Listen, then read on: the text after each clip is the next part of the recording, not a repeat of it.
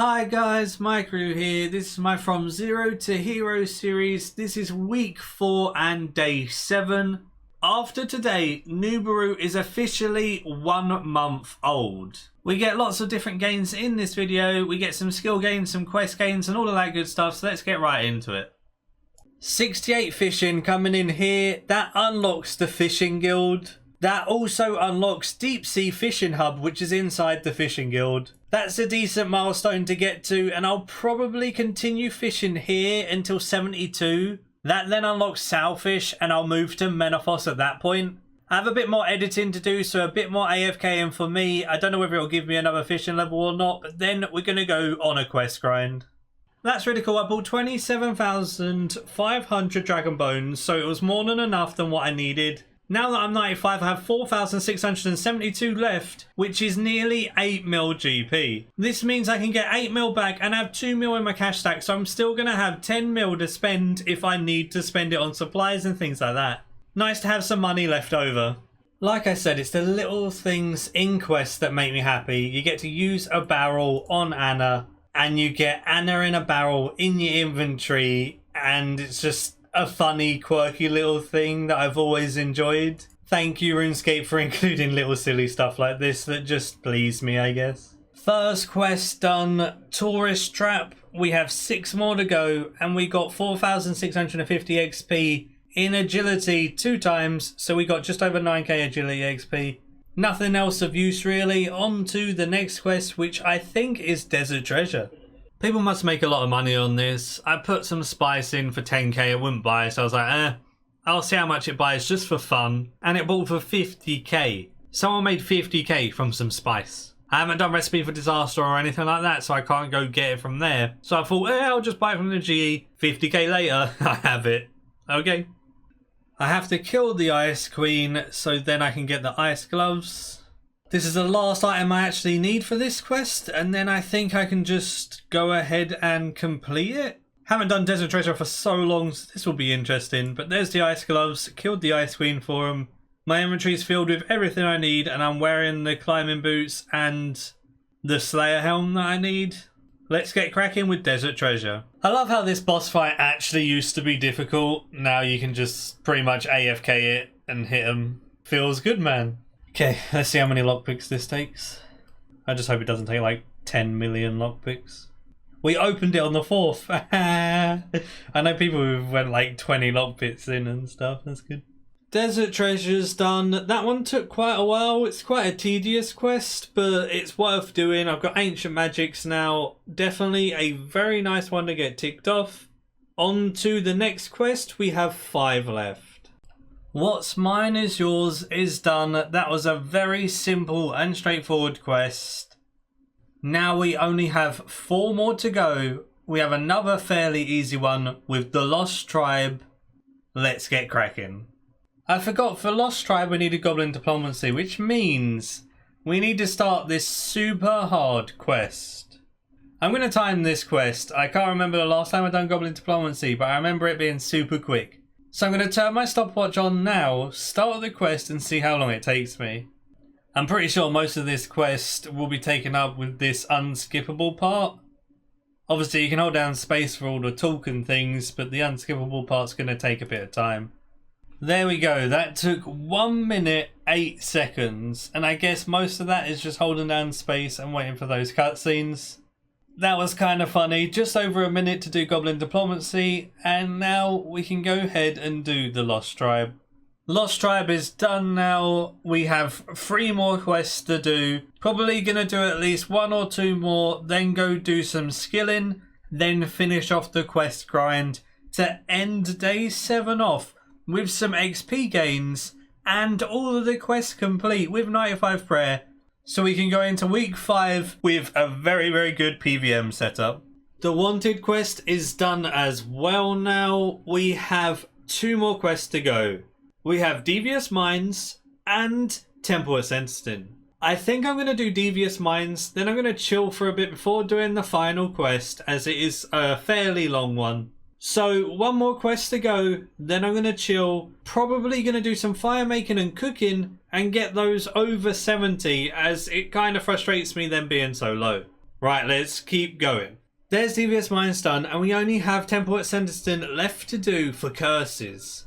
I've just done 6 quests in a row, and I'm feeling a little bit burnt out of questing. So I'm going to go chill with some firemaking, with some cooking, maybe even do some rune crafting as well, because I want to get those lower skills up and get more well-rounded. Considering most of our skills are in at least the 70s, I want to get these ones caught up. Then I need to catch up with Hunter as well, but I need to make sure I have the agility level for skill chompers for Hunter. So that's something I will look into while AFK and the other skills and everything. But before we go and AFK anything, I've got a farm run to do. We have yew trees and pineapple trees to plant, so let's get this farm run going. It's going to be nice actually doing farm runs and stuff again. I've been neglecting them for a bit too long. I'm only 64 farming, so we need to get cracking with these farm runs, to be honest. And now we can do every single patch, including the Prif ones and the one in Laletia. So we can do 7 fruit and 6 normal trees every single run. So doing warbands here and there and doing farm runs, I should be able to get a decent amount of levels. I will also get myself a seed aside, so when I farm monsters, I can use that for some additional XP. 65 farming coming in, spam clicking this pineapple plant. Easy XP from these farm runs. I've kind of missed them, to be honest, so I'll try and do them more consistently. I bought an augmenter and a crystal tool seed because I'm going to make a crystal tinderbox and do some fire making. I'm not going to be doing tons of fire making, so I probably won't level this up too much. But the earlier I start using a crystal tinderbox, the more invention XP I'll get out of getting 99 fire making, so might as well make it now. Also, I can try and make a couple of perks that will help speed up fire making. If you go over to Elund, use your crystal tool seed on them, you can make a tinderbox, and then you can just use the augmenter on that crystal tinderbox, press OK, and now you have an augmented crystal tinderbox. We're going to try and make the Pyromaniac perk and the Tinker perk for our crystal tinderbox. So let's create some for a Pyromaniac. We got Rapid 2, let's repeat that. Pyromaniac 4, that's a pretty good one. Can't really get too much better than that, but I'll give a couple more attempts. Pyromaniac 2, Rapid 2, Rapid 2, Rapid 2, Pyromaniac 2. It's decent, but you'd probably want Pyromaniac 3 or higher, and then it'd be better than Pyromaniac 4. Okay, let's repeat. Rapid, Rapid, Rapid, Rapid, Pyromaniac 3, Rapid, Pyromaniac 2, Pyromaniac 2, Rapid 1. Right, we'll try once more. Pyromaniac 3. Okay, we're going to stick with Pyromaniac 4, and now we're going to go try and do the Tinker perk. Making a couple more tool gizmo shells should get me an invention level as well, and we should go to 87. There we go, there is 87 invention, 1 mil XP away from 88, so the levels are getting fairly long now. That's why I'm doing this for firemaking, because the more XP and invention we can get, the better it'll be. It's a good job we disassembled so much Ganodermic in the Abyss, because 5 fungal components is good for Tinker. So let's try and get Tinker 2 or Tinker 3. Tinker 2, I'll give it a couple of tries for Tinker 3. If not, I'll just stick to Tinker 2. Tinker 3, nice. So Tinker 3 has a 5% chance per rank to give 25% more XP. This means you have a 15% chance to get 25% more XP, and that's fantastic. Then when we look at Pyromaniac 4 as well, it has a 0.1% chance per rank of burning every single log. So there's a 0.4% chance to burn all the logs in your inventory. These are some decent perks for fire making. I'm very happy. Time for me to train some fire making. Just going to do yew logs as it's the highest log I can do. I am level 61. What I'm going to do is I think I'm going to try and get 74, as that's the highest level in firemaking I need for any quests at all. I think it's the quest with Char, the Firemaker's Curse. That requires 74, and I believe that's the highest firemaking level you actually need. So if I get 74 now, if I decide to do that or whatever, I'm going to have the level for it. Then once I'm like 74 or 75 or something like that, I'll take a break from firemaking, go do some cooking now that I have the cooking gauntlets from Family Crest quest. Then I'm going to work on some rune crafting. I'll probably do Runespan until 79 rune crafting, and I'll do that in little bits and bobs. Once I'm 79 rune crafting, I'll do Mauritania medium tasks and do blood runes definitely, because you make so much money with those. But I don't think I'll get 79 rune crafting anytime soon. When I go do that afterwards, I'll probably only get 60 or 65, then go do something else like Hunter. But yeah, I want to round out my skills quite nicely. Try and get like 75 plus or something, and it will look much nicer. A lot of my skills are already 75 for Prif and things like that, so it makes sense. 74 firemaking coming in. That's the firemaking curse requirement done. Let's move on to some cooking.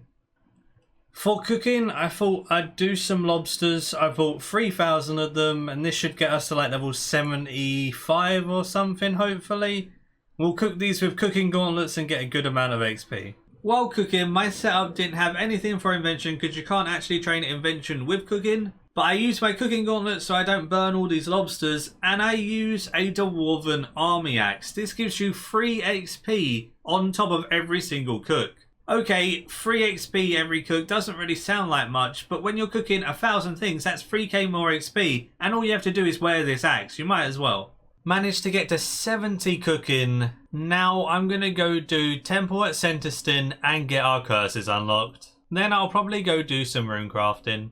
I need 125 kudos in the Varrock Museum, which means if I speak to the historian, I can get as much kudos from him, then I can do some other bits to get kudos. Let's see how long it takes me to get 125. Easiest way to get my kudos up is if I take the specimen rocks and discover them on this bench, I can get things like this pottery. And then if you use the pottery on this dude, he'll say display case 39. So then I need to go to display case 39 and use the pottery in it. So this is number 39. So we can use the pottery on this display case and we get some kudos. Now we need to do this multiple times in order to get to 125. There we go. Trading in this ancient coin into this display case will give us 128. Now we have enough kudos to start this quest, get cracking and get our curses. Finally. So I've got to kill all 6 Barrows brothers. You can just use a Barrows amulet on the sarcophagus to skip the Barrow brother completely. You can use up to 3 Barrows amulets every single run, so you can skip 3 brothers and make it much quicker. So I'm going to use my 3 Barrows amulets and then kill 3 of the brothers and loot the chest. We got our Barrows icon that we needed. Now let's continue with the quest. We did it. We did Temple at Centerston. We have a 23k lamp which I'll put into agility. Some combat lamps that I'll probably stick into range or something. And some prayer XP. Just got to read the book, scroll right through it and then pray at the altar. And then we replace our prayers with curses and we have all of the curses now. Next up though, we do need to do the light within to unlock the other curses.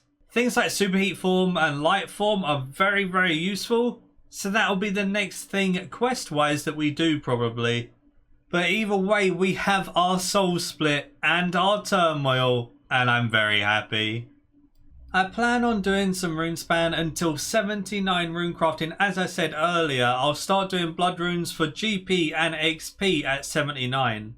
But doing the Runespan isn't all bad at low levels. It's quite good XP at the lower levels, and I need to get points for the Master Runecrafting outfit anyway. If I can get the full Master Runecrafting outfit from here, that will be 5% more Runecrafting XP every time I do any run. So I guess getting the Runespan points for that is what I'm going to be doing next, alongside a fair amount of runecrafting levels while going for that outfit. I got 59 runecrafting, left Runespan just for 10 minutes to do a Beastmaster kill. The Beastmaster kill was very straightforward. I've got a guide on Beastmaster with all the roles and stuff, which I'll leave in the description if you wanted to check that out. Beastmaster is fairly easy to do, and he's good to do every 2 days for some loot. It's a decent amount of money, and then it has a chance of giving you Acto, which is the best tank armor in game. Yakimaru on the other hand is quite a lot harder than Beastmaster, and I'll be doing him later on. I want to improve my gear a little bit before doing Yakimaru, but I don't mind doing Beastmaster. I just done Pet Tank 2, so I just tanked one of the pets for a while, and then once Beastmaster was on 750k HP, we killed the pet I was tanking and then focused on Beastmaster and killed him. Not much else to say, nice smooth kill. Ah, that's a bad BM loot. Look at that. 900k. Feels bad, man. 60 rune crafting coming in to end this episode off. I underestimated how slow rune crafting actually is. This took quite a long time to even just go from 55 to 60. My stats are on the screen now. You can see what I've done this episode. We've got 74 fire making, 70 cooking, 68 fishing, 60 rune crafting, and 160 quest points. And we have our curses. So next week I'm probably just going to focus on loads of different skills and do some PVM in between AFK and different skills, or actively training some skills. A lot of your comments so far on yesterday's video when I asked for your feedback was either do what I wanted to do kind of thing, or keep mixing it up, keep doing what I'm doing. So I'll continue to do what I'm doing for you all to enjoy. I do need to make some money before double XP weekend, which means I'll probably be farming some monsters, doing some bosses, as well as some skilling. Even though you don't make tons of money from things like safe cracking, that could still be something that I might do in order to get a little bit of GP and some XP as like a break from farming something or doing some Slayer or something like that. But yeah, I'm going to stop rambling now, and thank you so much for watching. Do give the video a like if you enjoyed, and until next time, see ya.